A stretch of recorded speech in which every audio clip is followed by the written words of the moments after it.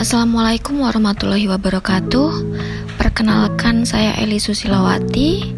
Saya akan menjelaskan mengenai teks puisi kelas 8 SMP atau MTS semester 1. Agenda kita hari ini adalah menelaah unsur-unsur pembangun teks puisi, yaitu perjuangan, lingkungan hidup, kondisi sosial, dan lain-lain yang diperdengarkan atau dibaca. Kemudian saya akan menampilkan unsur teks puisi. Yang pertama ada majas dan irama, penggunaan kata-kata konotasi, kata-kata berlambang, dan pengimajinasian dalam puisi. Yang pertama saya menampilkan satu buah puisi yang berjudul Kelambu dan Lampu Sentir, karya Anjani Kanastren. Yang pertama unsur puisi adalah majas atau figurative language, adalah bahasa kias yang dipergunakan untuk menciptakan kesan tertentu bagi penyimak atau pembacanya. Untuk menimbulkan kesan-kesan tersebut, bahasa yang dipergunakan berupa perbandingan, pertentangan, perulangan, dan perumpamaan. Perhatikan misal puisi Hujan Bulan Juni. Terdapat dua majas yang dominan dalam puisi. Yang pertama adalah majas personifikasi, adalah majas yang membandingkan benda-benda tidak bernyawa seolah-olah memiliki sifat seperti manusia. Dalam puisi itu yang dibandingkan adalah hujan. Hujan memiliki sikap tabah, baik, dan arif.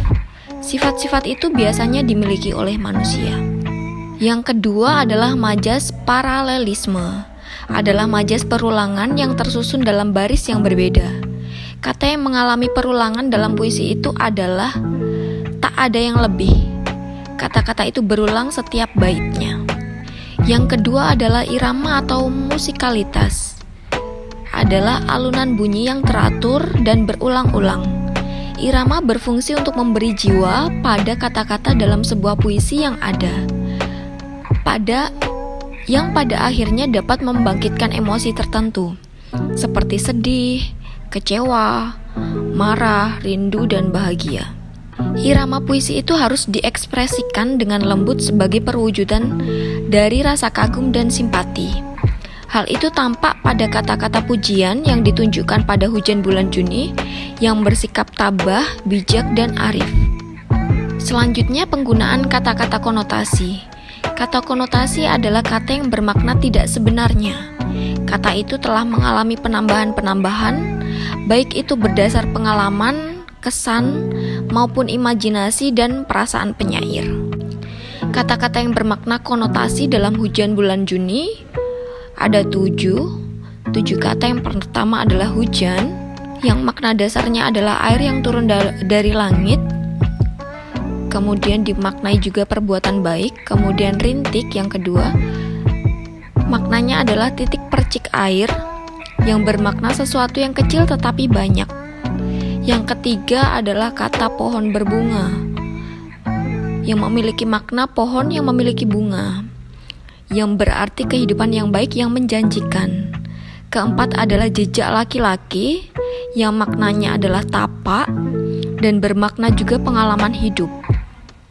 Yang kelima adalah jalan, yang maknanya tempat untuk melintas, dimaknai juga alur kehidupan. Kemudian 6, diserap, yang maknanya adalah masuk ke dalam liang kecil, yang dimaknai dengan dimanfaatkan. Kemudian akar, yang bermakna bagian terbawah dari pohon, bermakna juga sebagai awal kehidupan. Selanjutnya adalah kata-kata berlambang. Lambang atau simbol adalah sesuatu seperti gambar, tanda, ataupun kata yang menyatakan maksud tertentu. Misalnya rantai dalam gambar Garuda Pancasila. Rantai bermakna perlunya persatuan dan kesatuan bagi seluruh rakyat Indonesia. Lambang-lambang seperti itu pula sering digunakan penyair dalam puisinya. Hal itu seperti tampak dalam Hujan Bulan Juni. Lambang-lambang yang dimaksud antara lain dinyatakan dengan hujan dan bunga. Hujan merupakan perlambang kebaikan ataupun kesuburan, sementara itu bunga bermakna keindahan. Selanjutnya adalah pengimajinasian dalam puisi. Pengimajinasian adalah kata atau susunan kata yang dapat menimbulkan khayalan atau imajinasi. Dengan adanya imajinasi tersebut, pembaca seolah-olah merasa, mendengar atau melihat sesuatu yang diungkapkan penyair. Dengan kata-kata yang digunakan penyair, pembaca seolah-olah mendengar suara atau imajinasi auditif, melihat benda-benda, imajinasi visual, atau meraba dan menyentuh benda-benda, imajinasi taktil.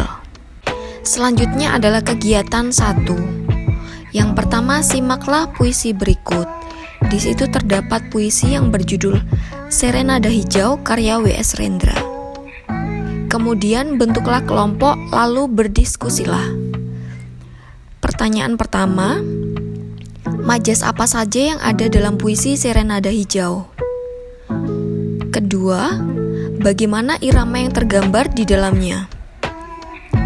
Ketiga, tunjukkanlah kata-kata yang bermakna konotasi dalam puisi Serenada Hijau.